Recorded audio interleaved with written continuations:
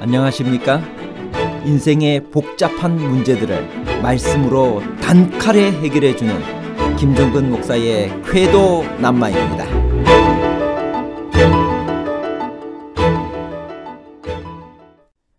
에스라와 느헤미야가 말씀을 듣고 회개하며 우는 백성들에게 기뻐하라고 한 것은 자책하지 말라는 뜻인가요? 아니면 하나님이 베푸신 구원과 은혜를 기억하면서 하나님이 그들을 위해 행하신 일들을 바라보라는 말인가요?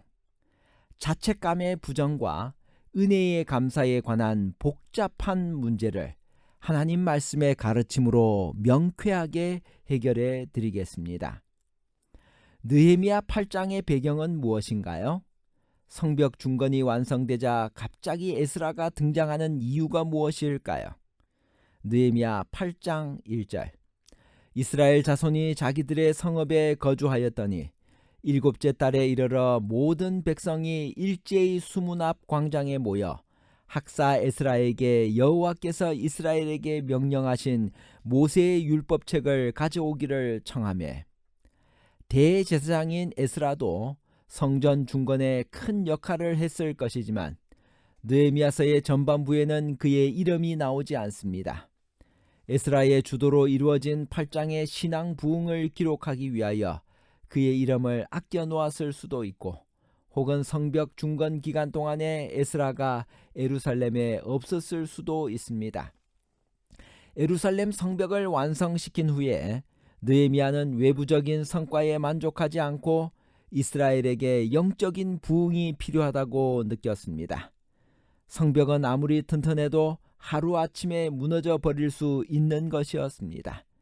적의 침입에 대한 진정한 방어는 백성의 마음속에 자리 잡은 신앙으로 이루어져야 한다는 것을 느헤미야는 절감하고 있었습니다.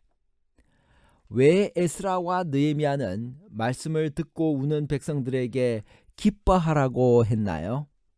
느헤미야 8장 5절에서 10절.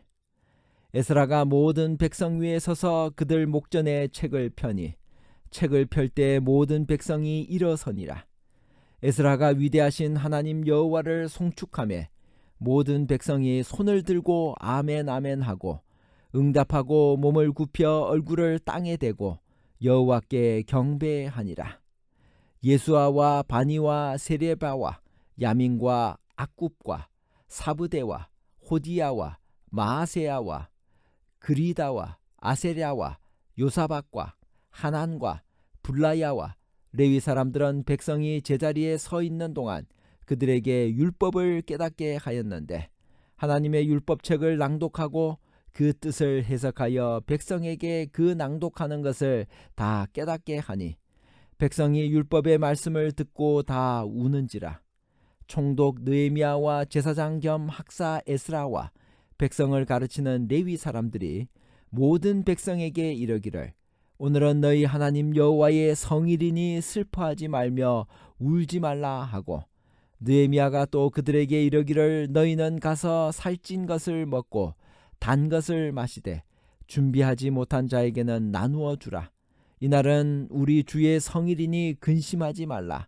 여호와로 인하여 기뻐하는 것이 너희의 힘이니라 하고, 성벽을 완공하고 자기들의 성읍인 예루살렘 성내로 이주한 유대인들은 일곱째 달인 티슈리월이 되자 예루살렘 수문 앞 광장에 모였습니다. 그 달은 나팔절, 대속제일, 초막절 등이 이어지는 중요한 달이었습니다. 모인 백성들은 에스라에게 모세의 율법서를 읽어달라고 부탁했습니다. 주목할 것은 이것은 지도자들이 백성들에게 시킨 일이 아니었습니다. 백성들이 에스라에게 요청한 것입니다. 백성들이 이런 요청을 하게 된 것은 예루살렘에 온 이후로 지난 13년 동안 하나님의 말씀을 읽고 가르치며 기울인 에스라의 정성과 노력의 결실이었습니다. 그의 헌신과 노력으로 변화가 일어난 것입니다. 그들은 경외심과 배우고자 하는 열망을 가지고 토라를 대했습니다. 그래서 말씀에 대한 백성들의 갈망이 뜨거웠습니다. 새벽부터 정오까지 남자나 여자나 알아들을 만한 모든 사람 앞에서 읽음에 뭇 백성이 그 율법책에 귀를 기울였습니다. 5시간에서 6시간을 들은 것입니다. 에스라가 읽은 것은 백성들이 요청한 모세의 율법책이었습니다. 즉 토라입니다. 토라는 좁은 의미에서 넓은 의미까지 다 사용됩니다. 십계명, 신명기, 모세오경, 구약 등 여기서는 모세오경일 것입니다. 왜냐하면 몇 시간 동안 십계명만 반복해 읽을 수는 없기 때문입니다. 오경에는 율법과 역사, 노래와 시, 축복과 저주가 모두 포함되어 있습니다. 그 책은 이스라엘의 뿌리와 정체성을 제공합니다. 에스라가 율법을 낭독하는 동안 26명이 그를 도와주었습니다. 그중 13인은 하나님의 말씀을 읽는 데 도움을 주었습니다. 고대에는 두루마리로 성경을 읽기에 누군가가 옆에서 거들어 주어야 했습니다. 또 혼자서 계속 읽기가 힘들기에 낭송을 돕기도 했을 것입니다. 또 다른 13인은 회중들이 말씀을 이해하도록 도움을 주었습니다. 그 뜻을 해석하여 백성에게 그 낭독하는 것을 다 깨닫게 하였다는 것은 율법의 내용을 설명해 주었다는 것과 통역해 주었다는 것을 모두 의미할 수 있습니다. 해석하여라고 번역된 메파라쉬를 랍비들은 히브리어에서 아람어 탈굽력으로 번역을 가리키는 것으로 이해했기 때문입니다. 바벨론에서 귀환한 백성들은 히브리어가 익숙하지 않았습니다. 그동안 아람어를 사용했기 때문입니다. 특히 젊은 세대는 더욱 그러했습니다. 그래서 통역이 필요했을 것입니다. 그런데 토라를 들은 백성들이 울기 시작했습니다. 마음이 감동을 받고 회개하기 시작한 것입니다. 놀랍습니다. 몇 시간 동안 이어진 토라 낭송을 듣고 회개의 역사가 일어난 것입니다. 그 울음은 배고픔과 고생에 대한 서러움으로 운 것이 아니라 말씀의 감동으로 인한 울음이었습니다. 실컷 울게 내버려 두는 것이 더 좋았을 것 같은 그런 울음이었습니다. 그런데 더 놀라운 것은 총독 느헤미야나 제사장 겸 학사 에스라나 백성을 가르치는 레위 사람들이 모두 백성들에게 오늘은 너희 하나님 여호와의 성일이니 슬퍼하지 말며 울지 말라고 권한다는 사실입니다. 그날은 나팔절이었습니다.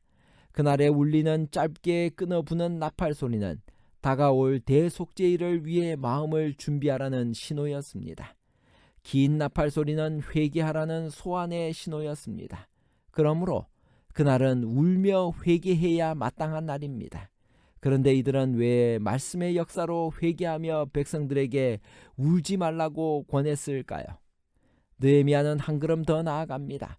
그는 백성들에게 너희는 가서 살찐 것을 먹고 단 것을 마시되 준비하지 못한 자에게는 나누어 주라. 이날은 우리 주의 성일이니 근심하지 말라.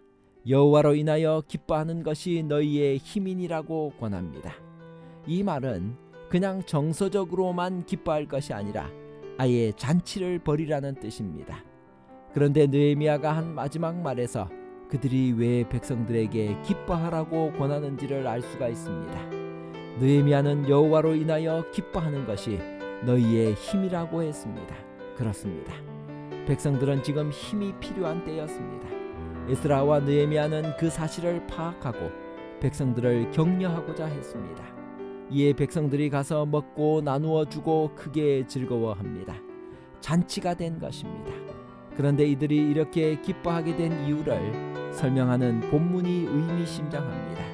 이는 그들이 그 읽어 들려준 말을 밝히 알미라. 울음도 기쁨도 모두 말씀에 대한 깨달음에서 온 것이었습니다. 선지자와 왕 662페이지. 그들은 열심히 그리고 경외하는 마음으로 지극히 높으신 이의 말씀을 들었다.